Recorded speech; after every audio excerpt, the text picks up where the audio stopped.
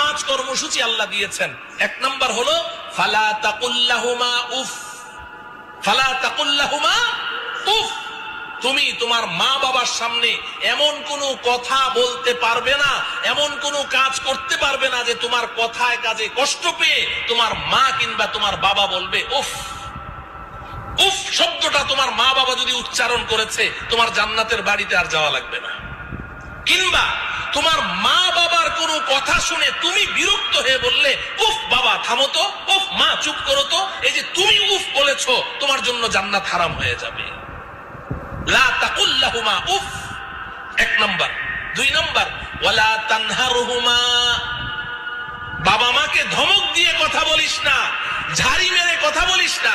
তোর হাতে তোর শরীরে এখন অনেক শক্তি আছে, তো মা বাবা দুর্বল হয়ে গেছে, এখন মা বাবার সাথে ধমক দিয়ে কথা বলবি, ঝাড়ি মেরে কথা বলবি, আমি আল্লাহ এটা তোর জন্য হারাম